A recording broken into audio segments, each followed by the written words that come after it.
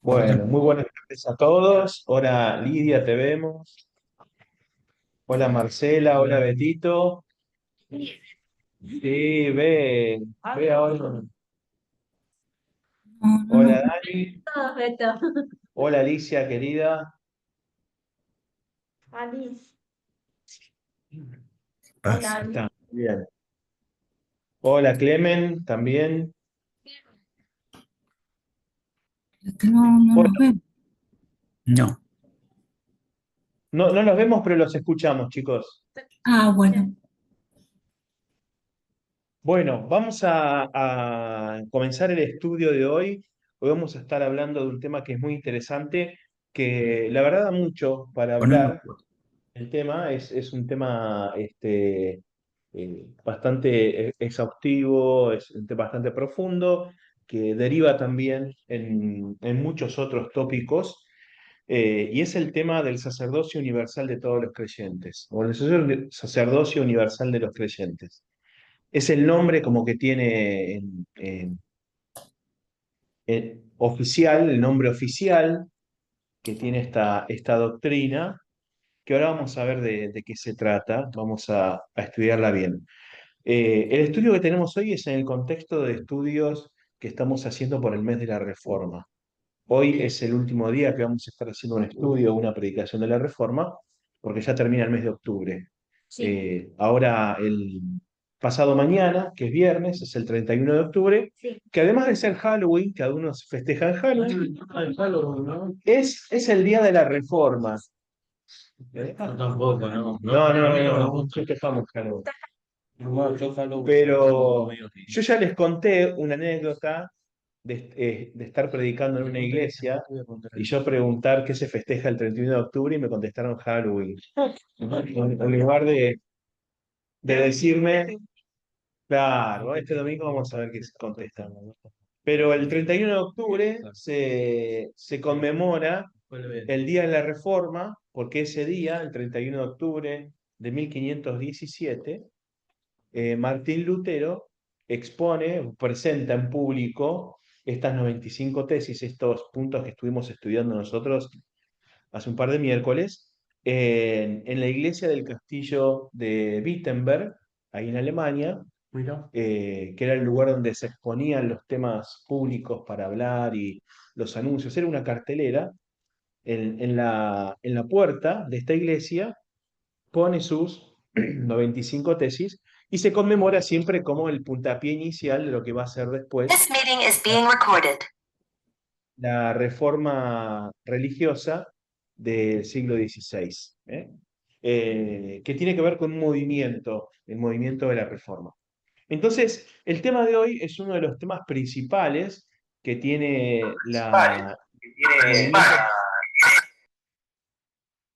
el movimiento de la reforma, es uno de los temas principales, que es un poco en respuesta a la situación que se estaba viviendo en la iglesia cristiana en esa época. Cada doctrina que surge de la reforma es un poco reaccionaria a comportamientos o a creencias o a doctrinas o a dogmas que sostenía la iglesia en ese momento. Hablamos, por ejemplo, del tema de las indulgencias, el perdón de los pecados, hablamos de la importancia de las obras y hablamos también lo que es el sacerdocio de todos los creyentes. ¿Qué pasaba en aquella época, hablando del siglo XVI? Lo que sucedía era que se había establecido en la iglesia cristiana de Occidente una clase religiosa, una casta religiosa, establecido un clero, que era la jerarquía oficial de la iglesia cristiana, eh, y se había empoderado ese clero. Tenía mucho poder no solamente religioso, sino que también mucho poder político y poder militar. El Vaticano pagaba sus ejércitos también. ¿eh? Eh, pero lo que más afectaba a las personas era el poder religioso que ejercía este clero, que se había convertido en el intermediario de el pueblo y Dios. Era a la usanza o al estilo del sacerdocio del Antiguo Testamento. Antes de Jesucristo, se establecía que la relación con Dios estaba intermediada por personas. Estas personas eran los sacerdotes. Dios había establecido el sacerdocio, había toda una tribu, que era la tribu de los levitas en el Antiguo Testamento, que eran quienes intermediaban en la relación del pueblo con Dios, ya sea a través de ofrendas, ya sea a través de las oraciones, ya sea a través de la enseñanza de las escrituras. Había intermediarios. El pueblo, para relacionarse con Dios, necesitaba de los sacerdotes. Siguiendo esa práctica, en el siglo XVI nos encontramos con una iglesia cristiana que había desarrollado una jerarquía eclesiástica que hacía de intermediario. Si ustedes, no sé si recordarán estos días que venimos predicando también en los domingos sobre las 5 solas, una de esas solas fue únicamente por Cristo, diciendo que el único mediador que hay entre Dios y las personas es Jesucristo. Esa es una de las reacciones del movimiento de la Reforma a este abuso que había en la jerarquía eclesiástica de intermediación, donde uno tenía que, por ejemplo, para recibir el perdón de Dios, tenía que acceder al sacramento de la confesión en una confesión que se llama auricular, una confesión que se tenía que hablar y el otro lo tenía que escuchar, que el único capacitado para eso era el cura, el sacerdote. Entonces uno necesitaba de la intermediación de las personas. Lo mismo que para recibir los sacramentos o la palabra de Dios, uno necesitaba de la intermediación del Papa o de algún sacerdote que le explicara a uno lo que decía la Escritura o le diera la comunión en una participación comunitaria. Hay una reacción de parte de la Reforma a todo esto, y como toda reacción de parte del movimiento de la Reforma, es decir, de los teólogos y de los reformadores, está fundamentado y basado en la Escritura. Entonces vamos a tomar algunos pasajes esta tarde para ver cómo la Escritura nos invita a considerar este cambio de paradigma del Antiguo Testamento al Nuevo Testamento. En el Antiguo Testamento nos encontramos con Quería comentar algo. Digo, Sí, de alguna manera uno también tiene que considerar, creo, los tiempos en que se vivían. El pueblo no era absolutamente preparado para nada. Es decir, no tenía ningún estudio, ninguna carrera. Es decir, el tema es cuando se utiliza el conocimiento como poder y no como una oportunidad para enseñarle al pueblo a que busque, digamos. Yo vendo los pescados, digamos, no le enseño a pescar, pero en realidad en ese tiempo la gente no conocía cero de la Biblia, de la interpretación, de teología. Es decir, el problema por ahí fue más que enseñar o fue usar ese poder o el conocimiento como un poder para dominar. Yo creo que el problema está ahí. sí, sí, sí. Sí, totalmente. Había un ejercicio de ese dominio a través del conocimiento, y la iglesia no compartía ese conocimiento.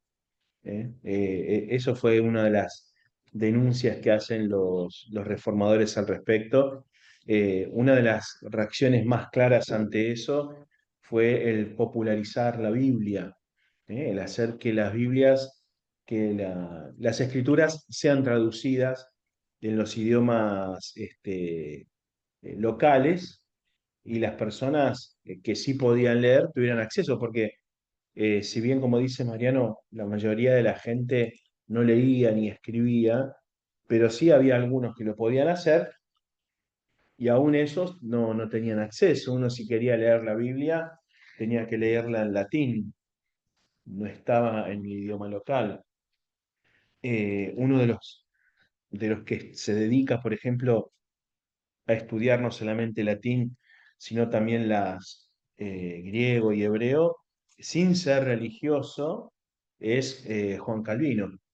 En la mayoría de los reformadores nos encontramos que provienen de adentro de la iglesia, ¿no? El más destacado de ellos es Martín Lutero, que era un monje agustino, pero hay muchos otros religiosos que adhieren al movimiento de la Reforma. Sin embargo, Calvino no viene de adentro de la iglesia, viene de por fuera, es dedicado a las leyes y a la filosofía. eh, Cuando hace contacto con los principios de la Reforma, él tiene una conversión al Señor y se dedica después al estudio, pero para ese entonces él ya había aprendido los idiomas griego, hebreo y latín, y eso hace que él pueda tener acceso a los textos y ayudar después a enseñar. Bueno, pero no me quiero ir del tema. Eh, es un idioma. Quería saber. Gracias. Hay un texto vamos a ver Éxodo capítulo 19.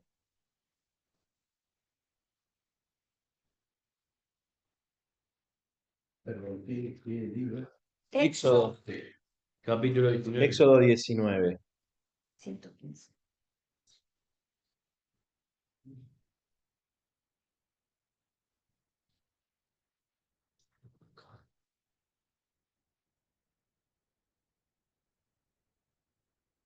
Acá abajo, ¿no? ¿Dice? Sí, no dijo todavía el versículo. Versículos 5 y 6, perdón. A la pregunta. Éxodo 19, versículos 5 y 6. 5 y 6. Acá. Hasta el 6, ¿no? O Sí, hasta- el 5 y el 6. Dale. ¿Quién lo tiene? ¿Quién lo quiere leer? Yo. Dale, léelo, 5 y 6. Dale. Si ahora ustedes prestan oído a mi voz y cumplen mi pacto, serán mi tesoro, especial por encima de todos los pueblos, porque toda la tierra me pertenece. Ustedes serán para mí un reino de sacerdote y un pueblo santo. Esta misma palabra les daría a los hijos de Israel.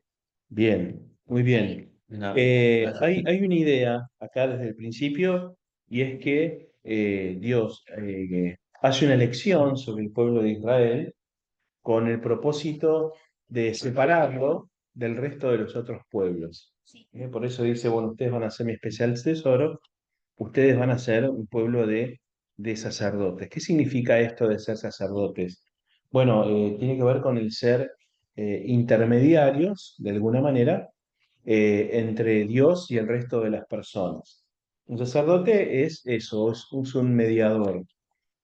Y Dios, a pesar de introducir todo un sistema sacerdotal y poner una casta sacerdotal que tenía que ver con una de las tribus, una de las familias, que era la tribu de Leví, tenía ya la idea de que todo su pueblo sirviera como un pueblo de sacerdotes, hombres y mujeres, personas que tuvieran acceso a Dios y hicieran llegar esa presencia de Dios y ese mensaje de Dios hacia otros pueblos también.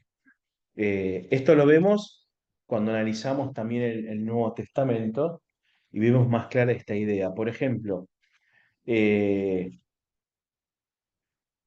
vamos a ver la primera carta de Pedro, capítulo 2, versículos 9 y 10. Mi perro. La primera carta de Pedro, 10 me dijo, ¿no?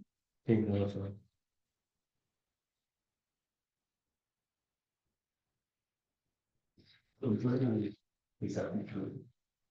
capítulo 1,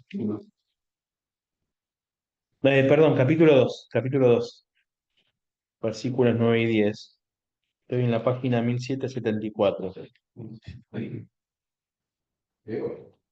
Sí, Pero ustedes son linaje escogido, real sacerdocio, nación santa, pueblo adquirido por Dios, para que anuncien los hechos maravillosos de aquel que los llamó de las tinieblas a su luz admirable.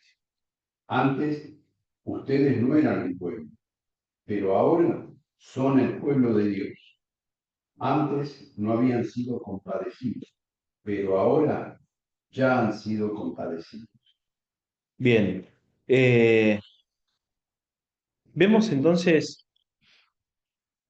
lo que viene a refrendar lo que hablábamos recién en Éxodo, capítulo, capítulo 9, creo que Sí. 19 de Éxodo. Ahora ya en el Nuevo Testamento, Pedro diciéndole a la iglesia, ustedes son una nación de sacerdotes. Ustedes son personas que funcionan como intermediarios, va a aclarar para qué después, eh, pero no solamente en llevar el mensaje, sino teniendo nosotros mismos acceso delante de Dios. Porque una de las facultades que tenían los sacerdotes en el Antiguo Testamento era que ellos tenían acceso a Dios, sobre todo el sumo sacerdote. El sumo sacerdote entraba una vez al año a un lugar especial dentro del templo que se llamaba el lugar santísimo, que era el lugar donde estaba la presencia de Dios de una manera muy específica, que era, estaba el arca del pacto y en ese lugar era donde se ofrecía el sacrificio por el perdón de los pecados del pueblo y, y estaba la presencia de Dios. Entonces, el sacerdote era quien tenía acceso a esa presencia. Con Cristo nosotros tenemos acceso a esa presencia de Dios. Uno de los símbolos más fuertes que suceden cuando Jesús muere en la cruz es que se rompe el velo, ese famoso velo que hay en el templo. ¿Qué pasaba? En una habitación que se llamaba el lugar santo, había una habitación más pequeña que era el lugar santísimo donde estaba la presencia de Dios. Y lo que separaba el lugar santo del lugar santísimo era una cortina muy grande del techo hasta el piso, que hacía de separación entre la presencia de Dios y el resto del pueblo. Bueno, cuando Jesús muere en la cruz, esa gran cortina, eso que nosotros denominamos el velo, se rompe, se rasga desde arriba hacia abajo. Eso es un simbolismo muy fuerte diciendo, bueno, ahora no hay una separación entre Dios y el pueblo. Ahora Jesucristo nos abre acceso al trono de la gracia para hallar el oportuno socorro, dice la Escritura. Entonces, como sacerdotes, nosotros, en primer lugar, tenemos acceso a Dios, tenemos acceso a la comunión con Dios. Jesucristo, a través de su sacrificio, de su muerte, su resurrección, viene a restaurar, a reconciliar nuestra relación con Dios. Entonces, como sacerdotes, como personas que cumplen una función sacerdotal, nosotros, de manera personal, pero también comunitaria, tenemos acceso a Dios. Sí. Pero también como sacerdotes, nosotros tenemos una mediación para con el mundo. ¿De qué manera? Bueno, como dice Pedro, eh, fuego adquirido por Dios para que anuncien los hechos maravillosos. ¿Dónde estoy? De hechos maravillosos de aquel que lo llamó de las tinieblas a la luz admirable. Nosotros somos encargados en llevar ese mensaje. Una de las funciones que tenían los sacerdotes también era la de enseñar la palabra a los demás. Eran, por ejemplo, tenemos un papel llevado adelante por los escribas. Los escribas eran los maestros de la ley, los doctores de la ley, eran quienes enseñaban junto con, tenemos la otra secta, los fariseos, quienes enseñaban, bueno, ellos pertenecían a esa casta religiosa. Bueno, en el Nuevo Testamento nos dice que todo el pueblo de Dios cumple una función sacerdotal. Volviendo al tiempo de la Reforma, en el siglo XVI, esto se había perdido completamente. Esta noción de una persona cristiana, o que se confesaba cristiana, en una función sacerdotal, está totalmente diluido y perdido porque la función sacerdotal es cooptada por la jerarquía religiosa.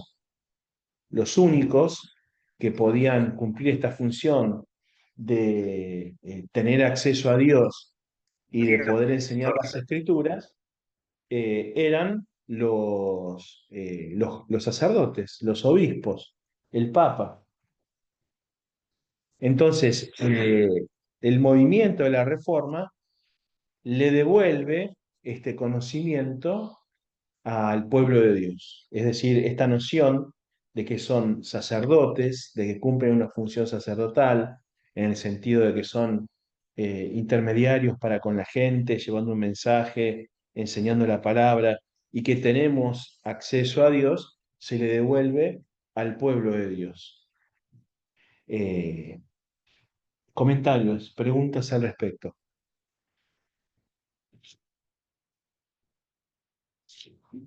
¿Qué comentario es? Bueno, muy bien. Yo me noté acá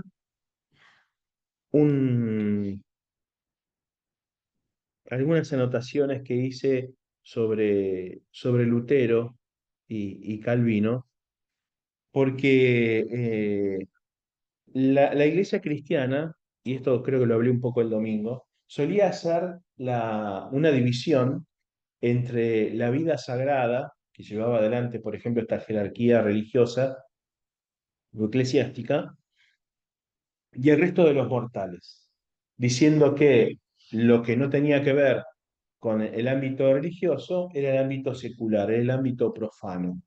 ¿Eh? Entonces, si uno quería servir a Dios, tenía que hacerlo en el ámbito de la iglesia. Si se hacía por fuera de la iglesia, eso no era servicio a Dios, era el servicio a los hombres.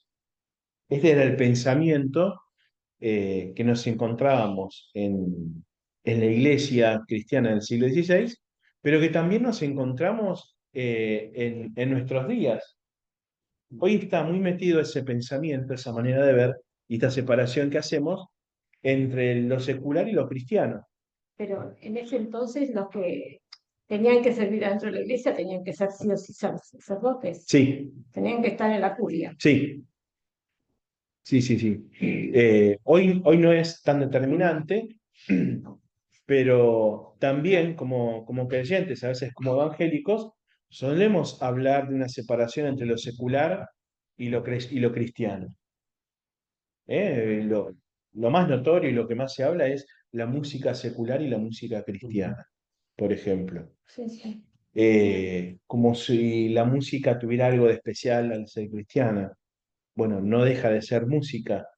Tiene otras letras, tiene otros objetivos, pero no tiene algo especial por ser música cristiana. Lo mismo sucede con los trabajos. Si uno quiere servir a Dios, no hace falta que uno estudie teología para servir a Dios. No hace falta que uno sea pastor para servir a Dios. Entonces, este pensamiento es recuperado por los reformadores, los teólogos del movimiento de la Reforma, que rompen con esta separación entre lo sagrado y lo profano. Y comienzan a enseñarle al pueblo de Dios que todo trabajo que uno hace, siempre y cuando sea un trabajo honrado, es un servicio a Dios. Es una tarea que sirve a Dios y lo honra. ¿Eh? Eh, Esto, hay una frase que me anoté acá que escribe Lutero en un tratado que se llama La libertad cristiana. Dice, el trabajo de una sirvienta barriendo la casa es tan santo ante Dios como el de un sacerdote predicando, si ambos lo hacen por fe y obediencia a Dios. En la predicación del día domingo, sobre la última de las 5 solas, que es únicamente a Dios y a la gloria, lo que decíamos es que todos estamos llamados, nuestro propósito de existencia es el de glorificar a Dios. Y uno puede glorificar a Dios con las tareas que uno hace en la vida diaria, que no es necesario estar dedicados al servicio dentro de la iglesia para glorificar a Dios, sino que uno desde su propio hogar, desde su propio trabajo, puede realizar esas tareas de honrar a Dios y de servicio al Señor. ¿Eh? A esto que parece muy natural para nosotros, bueno, llevó todo un desarrollo en la comprensión de la Iglesia, no solamente del Nuevo Testamento, sino de la Iglesia, del movimiento de la Reforma hacia adelante. Poder entender que nuestras profesiones, que poder entender que, por ejemplo, criar a los hijos, cada una de las tareas que nosotros podemos llegar a hacer, tienen que ver con un llamado de Dios en nosotros. No, no son simplemente actividades que uno hace para el propio gusto, la propia satisfacción. Pero que sea, Sí, ¿qué es lo que no sé si qué es lo que marcaría? Que uno se lo dedique a Dios, qué es lo que. Mira, te vuelvo a leer la frase que leía recién de Lutero.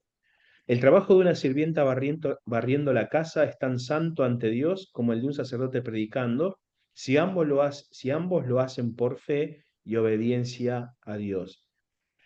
Si vos tenés, si sos consciente de que vos con lo que estás haciendo estás obedeciendo a Dios, es decir, aparte de lo que estás haciendo es algo honesto, no estás cometiendo ningún pecado, etcétera. Por ejemplo, ir a trabajar, estar en tu trabajo. Tu trabajo puede ser tranquilamente un acto de servicio al Señor, por la manera en la que vos lo estás llevando adelante, esforzándote, siendo responsable, cumpliendo con tu trabajo, siendo amable con tus compañeros, siendo honesta en tu tarea laboral. Vos lo estás haciendo para el Señor, entonces estás honrando a Dios. Sea la tarea que estés haciendo. ¿Mm?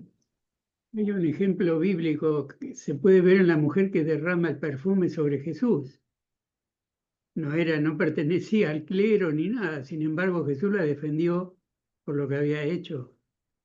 Dijo, buena obra me ha hecho, dijo. Sí, sí, sí. Sí, podríamos tomar un ejemplo así. Eh, Creo, perdón, como estaba hablando, no, dale.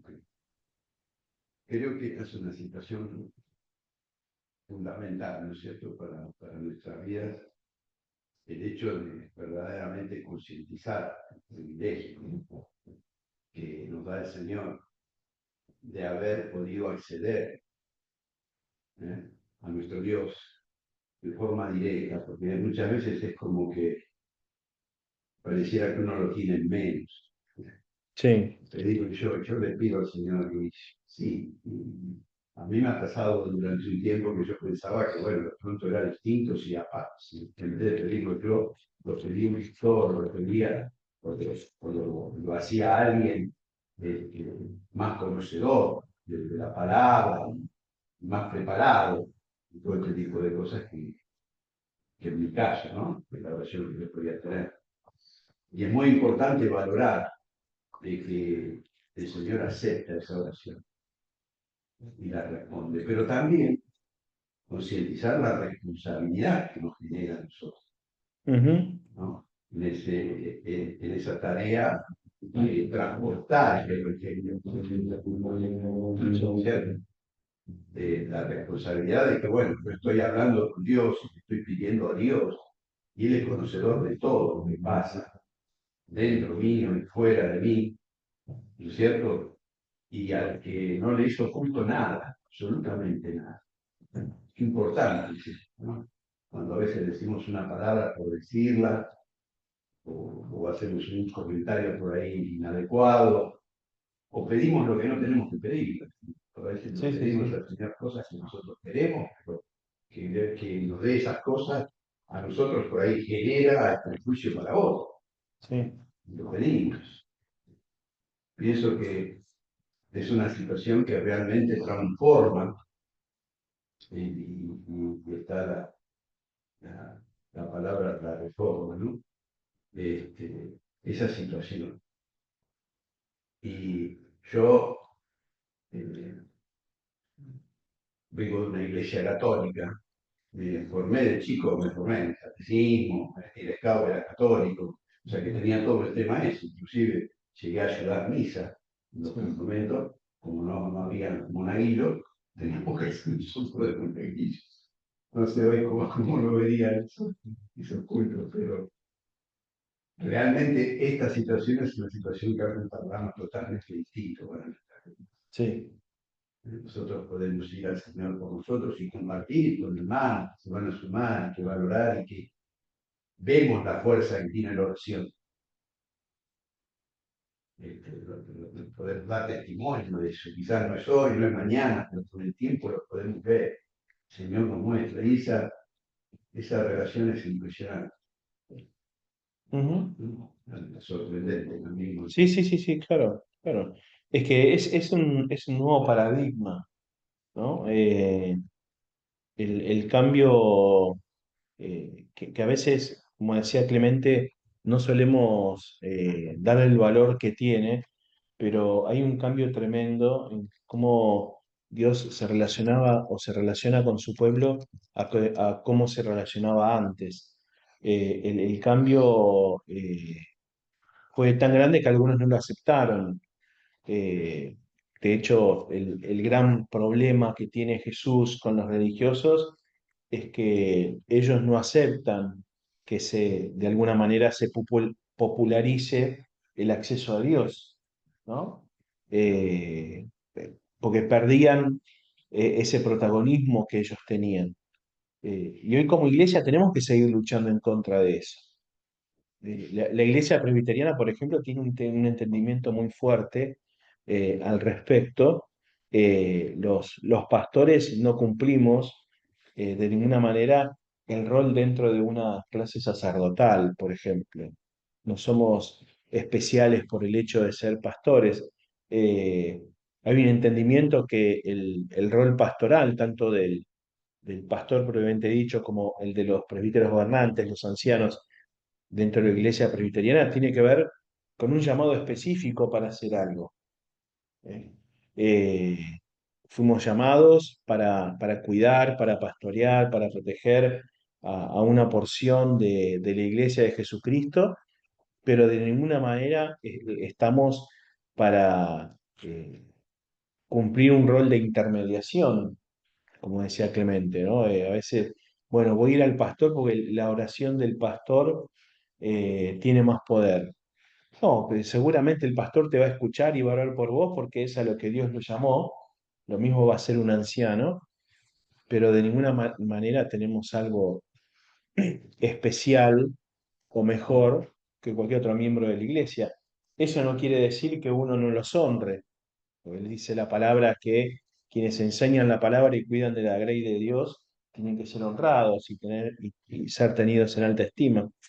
Pero eso no crea de ninguna manera una casta sacerdotal entre los pastores o entre los ancianos. Y eso tenemos que saber diferenciarlo porque nuestra iglesia tiende, sobre todo la iglesia latinoamericana, tiende a generar esas castas sacerdotales, ¿no? Donde ponemos a los líderes religiosos allá arriba, porque venimos ya seteados de esa manera. Eh, Mucho tiene que ver la tradición de la Iglesia de Roma, de la cual muchos de nosotros salimos, ¿no? El tener al cura, al obispo o al papa como personas un poquito más arriba que el resto de los mortales.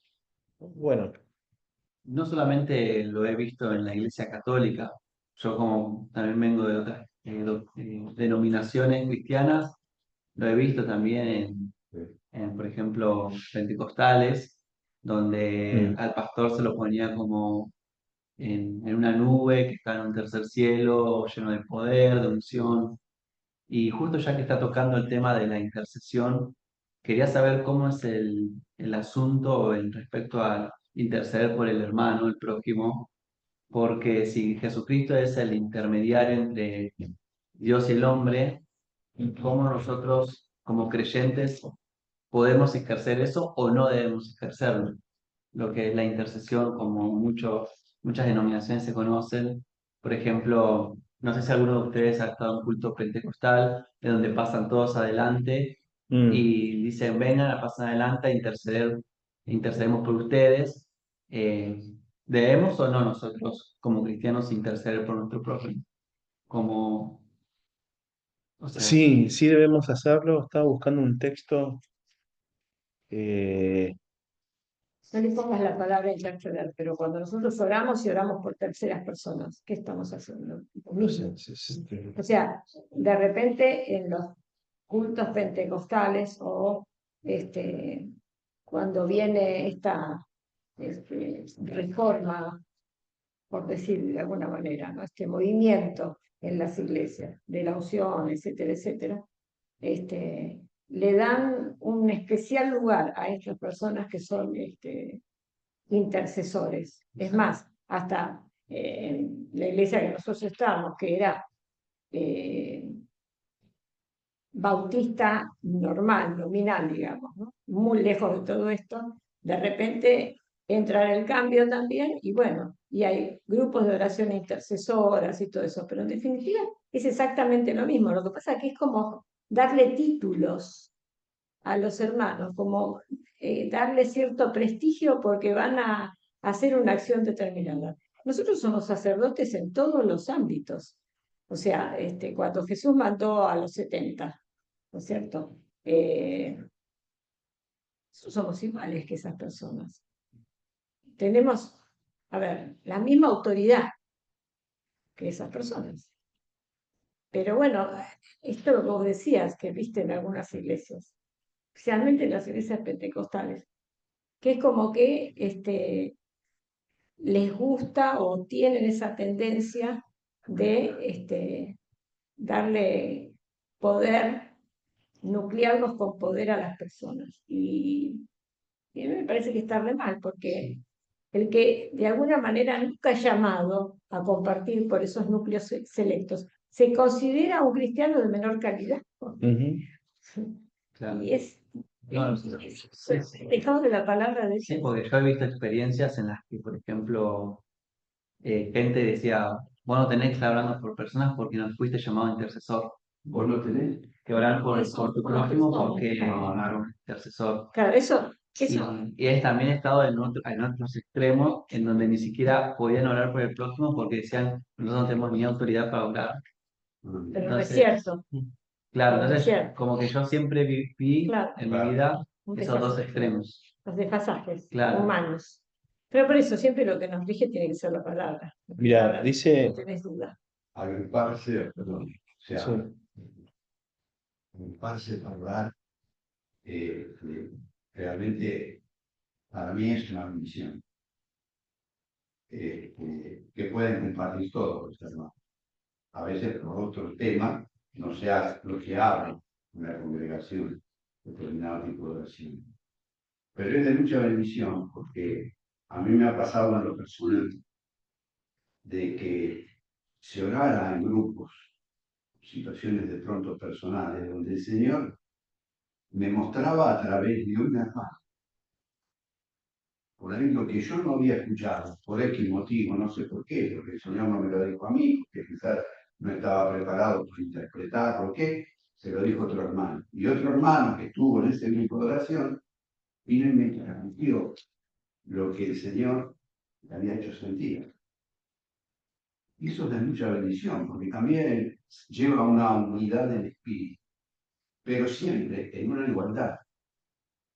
Todo es parejo, ninguna oración es más potente que la hace como el pastor, que la hace el pastor, porque la hace el anciano. No, todos, gracias a Dios, tenemos acceso al Señor. Y cuando oramos así en conjunto, el espíritu se mueve de otra forma. A veces a través de un hermano, viene con un comentario, con una opinión, con un testimonio de su propia vida. Mira, a mí me pasó esto mismo y se produce, es muy importante orar en conjunto. Para mí, ujú, la sí, iglesia es una manera de ponernos de actuar obvio. a través de los mismos. Hay una práctica, es una enseñanza bíblica, es una práctica que tiene la iglesia y forma parte de la revelación de Dios para nosotros, cómo funciona la oración intercesora. Eh, estaba leyendo acá en Colosenses 4, pero también está en Efesios 6. Dice Efesios 6, 18, oren en todo tiempo con toda oración y súplica en el Espíritu, y manténganse atentos, siempre orando por todos los santos. Nos manda a orar por todos. Orar unos por los otros, hemos escuchado también.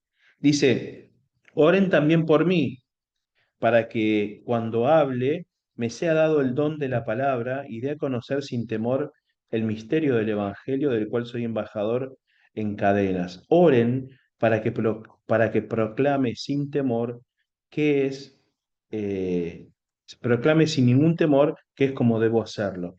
Y dice en Colosenses capítulo 4, oren también por nosotros, para que el Señor nos abra puertas y prediquemos la palabra, para que demos a conocer el misterio de Cristo, por el cual también estoy preso. Oren para que pueda proclamarlo como debo hacerlo.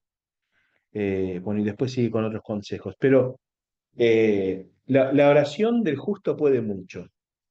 ¿eh? Entonces, el Señor nos manda no solamente orar por nosotros, sino orar por nuestros hermanos. Es una hermosa enseñanza que nos da el Señor a través de la Escritura, de poder apoyarnos en la oración. Ponele si querés, como decía el libro recién, poné si querés el nombre de intercesor, ponele el nombre que quieras, pero el Señor nos llama a orar uno por los otros. A eso le solemos decir la oración intercesora. No es intermediaria, no es una oración intermediaria, es una oración intercesora. Es decir, estamos intercediendo por una situación delante de Dios que está pasando un hermano. Y esa es una práctica que encontramos en la Escritura desde el inicio de la iglesia, orar unos por los otros. Eso es la oración intercesora. No mediadora, pero sí intercesora. Eh, Nosotros oramos para que apareciera el trasplante de riñón. Es verdad. Y fue trasplantado. sí, sí, sí. Oramos 2 años. Bueno, Sí, sí, No, sí, tremendo, tremendo, tremendo testimonio. Entonces, ¿se entiende el concepto del sacerdocio universal de todos los creyentes? sí, Esta desmitificación de la clase sacerdotal, de de la jerarquía eclesiástica especial, bueno, no existe como tal. No existe. Dios nos llama, Dios no pone a algunas personas por sobre otras como clase, como si hubiera creyentes de segunda clase, ¿no? Primero están los pastores, los curas y después viene el resto del pueblo. Bueno, eso no existe, están todos en el mismo nivel. Sí hay diferentes llamados. Dios a algunos nos llama a dedicarnos al ministerio, como puede ser un sacerdote, como puede ser una monja, como puede ser un pastor, y a otras personas no los llama a eso. No hace a esas personas que son llamados al ministerio más santos ni más inteligentes que los otros, simplemente son llamados diferentes.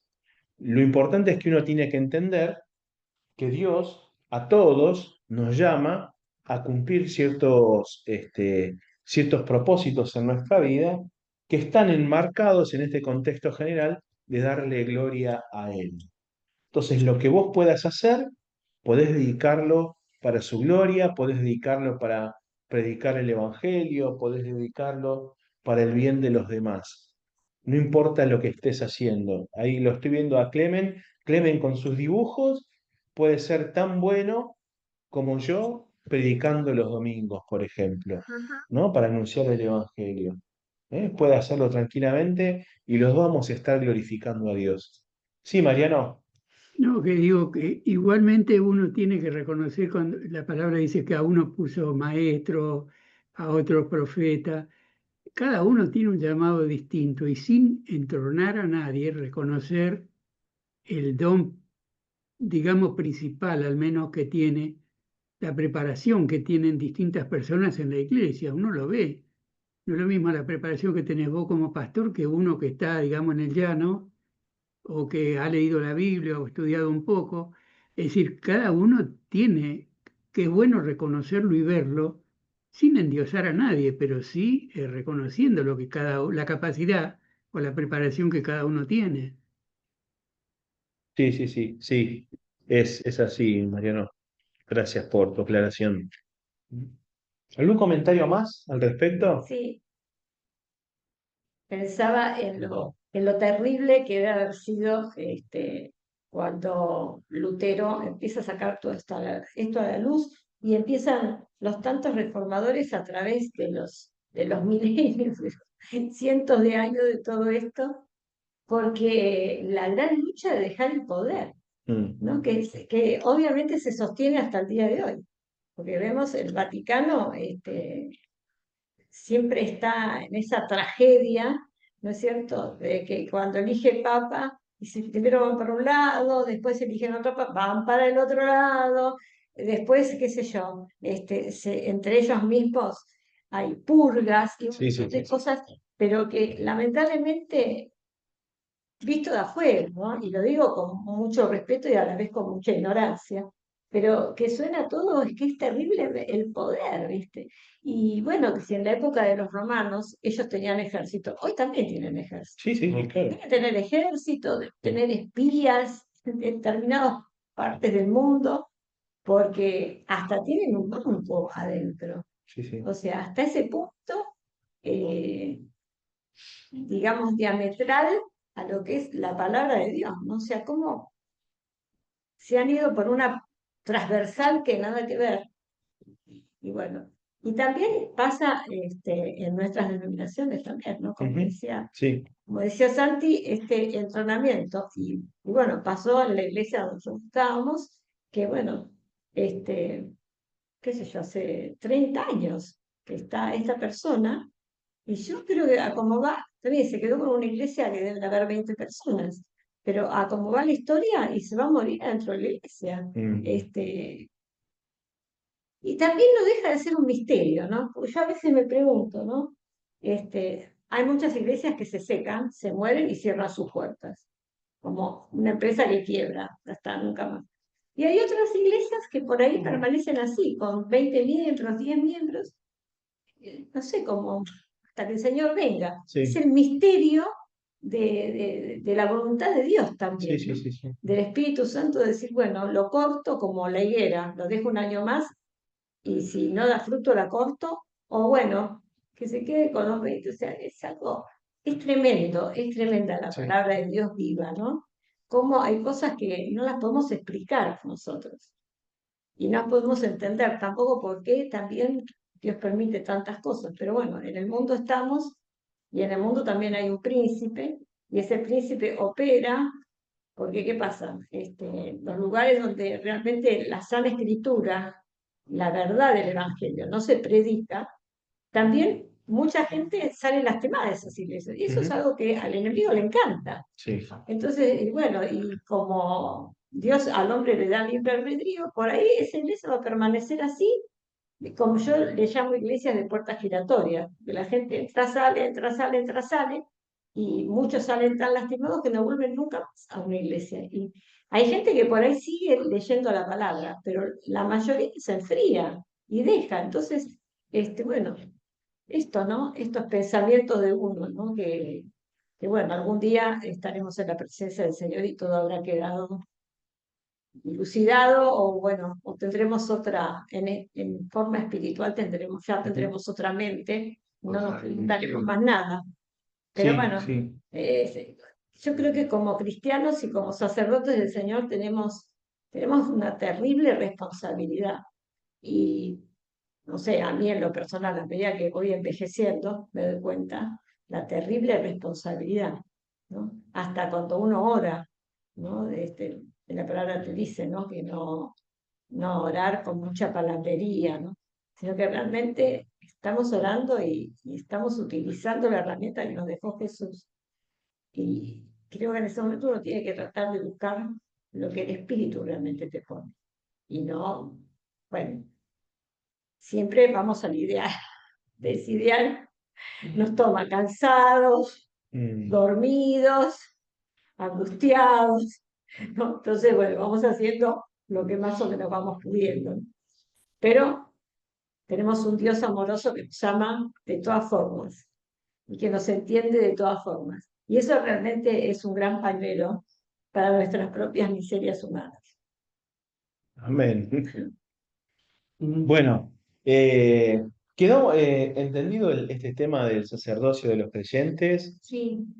como un tema que se rescata desde el movimiento de la Reforma y viene como respuesta o como reacción ante otros de los abusos de la Iglesia cristiana en ese tiempo. Yo suelo destacar, no hablo solamente de la Iglesia católica, sino de la Iglesia cristiana. Era la Iglesia cristiana en ese momento, no solo la Iglesia católica. Era la única iglesia cristiana de Occidente. Y este movimiento de la Reforma reacciona frente a esos abusos. Les voy a recomendar dos sitios de internet donde pueden leer mucho más al respecto, como yo les decía al principio, es un tema muy amplio y que se puede leer muchísimo. Uno de los sitios se llama Coalición por el Evangelio. Ahí en Coalición por el Evangelio van a encontrar muchos artículos sobre este tema. Lo mismo que otro sitio se llama Fe y Trabajo. Ahí también pueden encontrar sobre el sacerdocio universal de los creyentes. Y otro de los sitios es Vite, B larga y T. Ahí también pueden encontrar. En los tres sitios van a encontrar material desde una cosmovisión reformada, desde una teología reformada, sobre no solamente el sacerdocio universal, sino sobre cada uno de estos temas que venimos desarrollando los miércoles y los domingos. Así que de esta manera llegamos hasta acá con los estudios que tienen que ver con la reforma. Espero que nos aproveche a todos estos estudios. Pueden volver a escucharlos en YouTube, en Spotify. Así que llegamos hasta acá con el estudio de hoy. ¿Les parece? Bien. Vamos entonces a orar. Eso.